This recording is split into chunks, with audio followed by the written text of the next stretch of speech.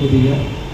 So నేను చాలా శోధనలో, మరి నెల నుంచి శోధనలో ఉంటున్నాను, పాపంలో ఉంటున్నాను.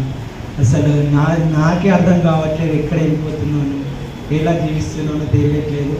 నేను దాదాపు 10 సంవత్సరాల నుంచి రోడ్ల మీద 7,000 విలేజెస్ తిరిగాను, 7 రాష్ట్రాల వరకు తిరిగి, అది ఎవరికి తెలియదు.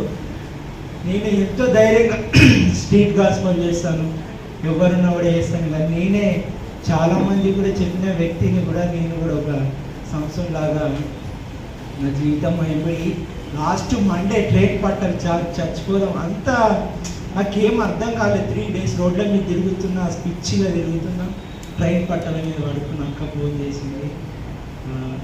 ఒకటి నిజం అక్క చెప్పింది ఏంటంటే, దేవదూత మన పక్కన ఉంటాననేది అది సత్యము, అది నేను నమ్ముచున్నాను.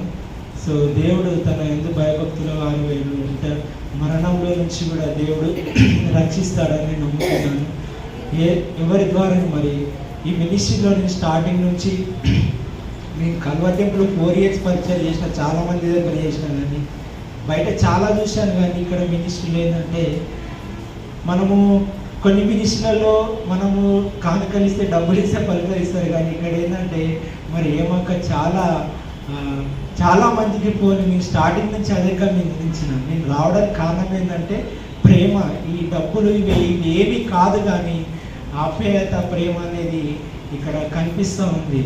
కాబట్టి మాటలు ఏమక్క ప్రతిరోజు మాట్లాడుతుంది, ధైర్యం చెప్తుంది, అన్నిట్లో కూడా. మరి ఏమక్కను బట్టి ఈ మనిషికి ఏమక్కని ఇచ్చాడు, దేవుడు ఇచ్చాడు, అది దేవుడికి మహిమ కలిగాక. మరి అక్క వాయిస్తో మనం అంటే చాలామంది వ్యతిరేకిస్తారు, లేడీస్ బోధించొద్దు అది, కానీ దేవుడు ప్రతి వారి మీద కూడా అక్కడ ఉంది, ఏ భేదం లేదు. కానీ దేవుడు అందరి మీద తన ఆత్మను ఉంచాడని నేను నమ్ముచున్నాను. కాబట్టి దేవుడికి పురుషులు స్త్రీ భేదం లేదండి, మనం అనుకుంటున్నాం కాదు. కాబట్టి నేను నమ్ముతున్నాను. కాబట్టి ఇప్పుడు కూడా అక్క ప్రవచించింది కాబట్టి నేను నమ్ముచున్నాను, ఒకరోజు దేవుడు నన్ను కూడా వాడుకోబోతాడు. నేను అనుకుంటున్నాను, ఈ 10 సంవత్సరాలు రోడ్ల మీద స్ట్రీట్ గాస్పల్ చేశాను, నేను కూడా నమ్ముతున్నాను. నేను ఒక గోల్ కలిగి ఉన్నాను, భారతదేశం అంతా మొత్తం ఒక రౌండ్ వేయాలి 2025 అని నేను ఒక గోల్ పెట్టుకుంటున్నాను. సో దాని గురించి కూడా ప్రార్థన చేయండి. అక్కన్నట్టు మొదటిగా సేవకులు పడిపోతే ఇక మొత్తం రాజ్యం, దేవుని రాజ్యమే పోతుంది. ఫస్ట్ టార్గెట్ అదే ఉంది. నేను కూడా ఎక్కువ సేవ చేయాలని ఆలోచిస్తే, వేరే డబ్బుకి ఏం ఆలోచించాను నేను. అందుకే నా మీద కూడా చాలా, ఎందుకంటే నాకు వెనుక ముందు ప్రోత్సాహం లేదు, ప్రార్థన లేదు. కాబట్టి నా గురించి మరి నేను నిజంగా ఏం అర్థం కాలేదు. జస్ట్ మండే రోజు పెద్ద పట్టాల మీద అడుగుపోదామని పక్కన ఉన్నాను.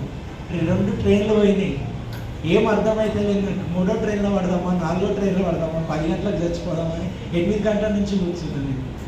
నేను చనిపోయే వ్యక్తులకు కూడా నేను కూడా విషంగా బ్యాగ్ వేసుకొని వచ్చిన వాళ్ళకి నేను కూడా ఒకరోజు చెప్పాను.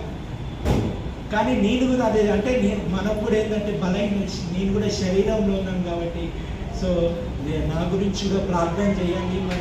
మరి ఇక్కడ ఉన్న అక్క ఏంటంటే ప్రతి వారిని కాపాడుకోవడానికి చాలా ప్రయత్నం చేస్తుంది.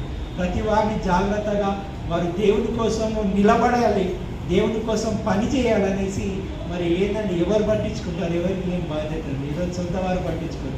కాకపోతే అక్కకున్న వేదన బాధ ఏంటంటే దేవుని రాజ్యం మొదటిగా కట్టబడాలి, దేవుని కోసం ప్రయాసపడబడాలి, దేవునికి నిత్య జీవంలో అందరు పోవాలని అక్క అందుకే దైవ సేవకుల మీటింగ్ ప్రతిసారి పెడుతుంది, ఎంతో ఖర్చుతో కూడింది. కాబట్టి ఈ మినిస్ట్రీని బట్టి నేను చాలా సంతోషిస్తున్నాను. దేవుడు ఇంకా ఈ మినిస్ట్రీని దీవించి ఆశీర్వదించి ఇంకా అనేకులకు ఆశీర్వాదకంగా ఉండాలి. ఎందుకంటే మినిస్ట్రీలో అందరి గురించి వీళ్ళు వ్యక్తిగతంగా ప్రార్థన చేస్తున్నారు, వ్యక్తిగతంగా కాల్ చేస్తున్నారు, కానీ కొన్ని దగ్గర పట్టించుకోరు తెలుసా. వెళ్ళి వస్తే అసలు లేదు. నేను గమనించిన, నేను చాలా చోట్ల తిరిగాను, నాకు తెలియని పెద్ద మినిస్ట్రీలో తిరిగాను, నేను చాలా చిన్నవి కూడా చూశాను.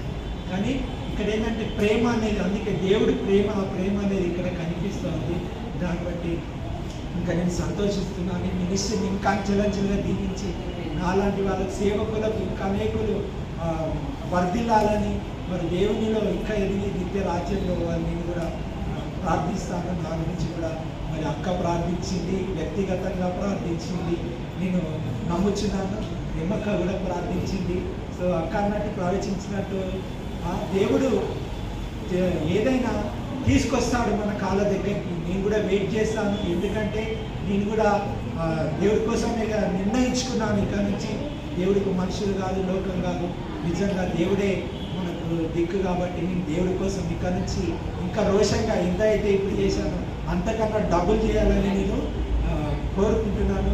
దేవుని కృప నా మీద అందరి మీద ఉంటుంది. Praise the Lord. హల్లెలూయా. మనం చచ్చిపోదామన్నా చచ్చిపోం.